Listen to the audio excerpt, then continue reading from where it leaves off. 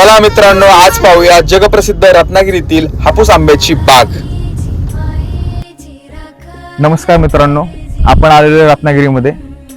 रत्नागिरीमधील आंब्याची ओळख काका आपल्याला करून देतील. रत्नागिरी आंब्याची ओळख सांगाल का काका? नमस्कार, मी महेश अंकुश आंबरे, रत्नागिरी. हा रत्नागिरीचा हापूस आंबा आहे. हा रत्नागिरीमध्ये आमची वडिलांनी लावलेली कलमं आहेत आणि वडिलांनी कमीत कमी 30 वर्ष 40 वर्ष अगोदर लावलेल्या झाडांना आता फळं यायला लागलेत. या रत्नागिरीमधला हापूस खायला अतिशय गोड, अतिशय मधुर असतो. त्याची ओळख अतिशय सुंदर सुगंध असतो त्याला. आणि हा आंबा परिपक्व झाल्यानंतर, पूर्ण पिवळा झाल्यानंतर, कापल्यानंतर त्याचा आतला रंग हा भगवा कलरचा आला असेल तर तो रत्नागिरीचा हापूस ही त्याची ओळख आहे. रत्नागिरीचा हापूस ओळखायचा असेल तर कापल्यानंतर त्याची कलर भगवा दिसला तरच तो असतो, नाहीतर इतर आंब्यांच्या कापल्यानंतर पिवळसर येतो. बरोबर. तो हा जो कलर याचा येणार आहे तो भगवा असल्यामुळे त्याची तो खरोखर रत्नागिरीचा असेल याची ओळख आहे. बरोबर. आणि याची चव अतिशय मधुर असते, सुंदर असते, खायला एकदम गोड असतो. आता रत्नागिरीचा आंबा जे आपल्याला दाखवलाय काकांनी की हा आंबा रत्नागिरीचा आहे, तर रत्नागिरीच्या आंब्याचा शेप कसा असतो की बाबा ह्या शेप वरून आपण या आंब्याला ओळखू शकतो? हा रत्नागिरीचा आंबा हा गोल असतो.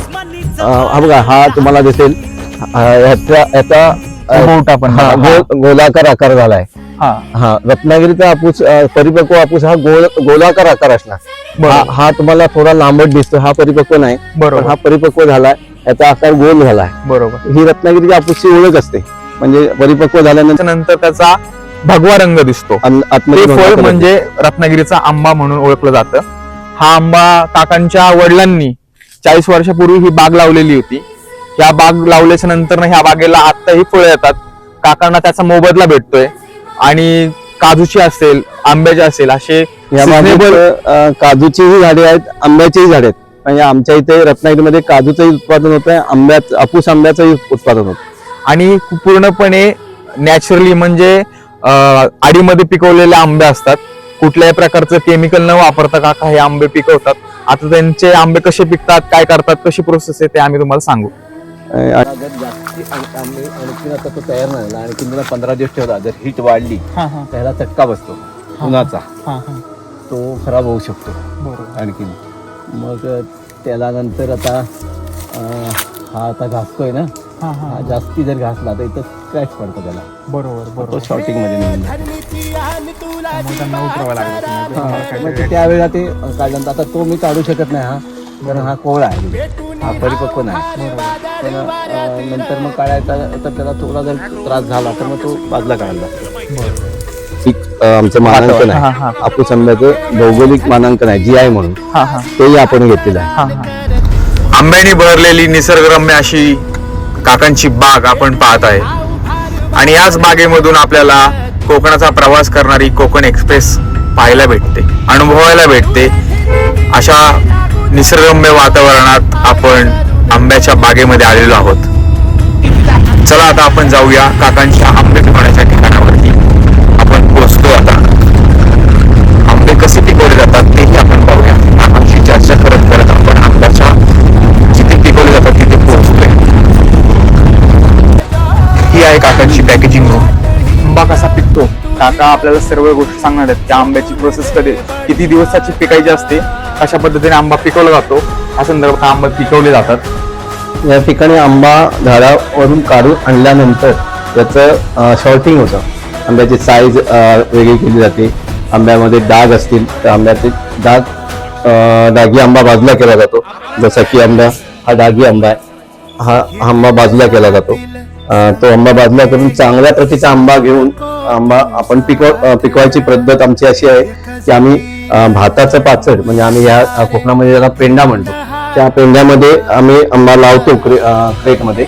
आणि त्या आंब्याला प्रत्येक थराला भाताचे पाचड लावून त्याला आंबा असा या प्रकारे लावला जातो. लाईनीमध्ये आंबा लावून तो आंबा पिकायला ठेवला जातो. हा आंबा आता 2 दिवस झालेत. आंबा तिसरा दिवस आहे आंबा पिकायला ठेवल्यानंतर. आणि त्याच्यानंतर एक 5-6 दिवस गेल्यानंतर आंबा ह्या पद्धतीने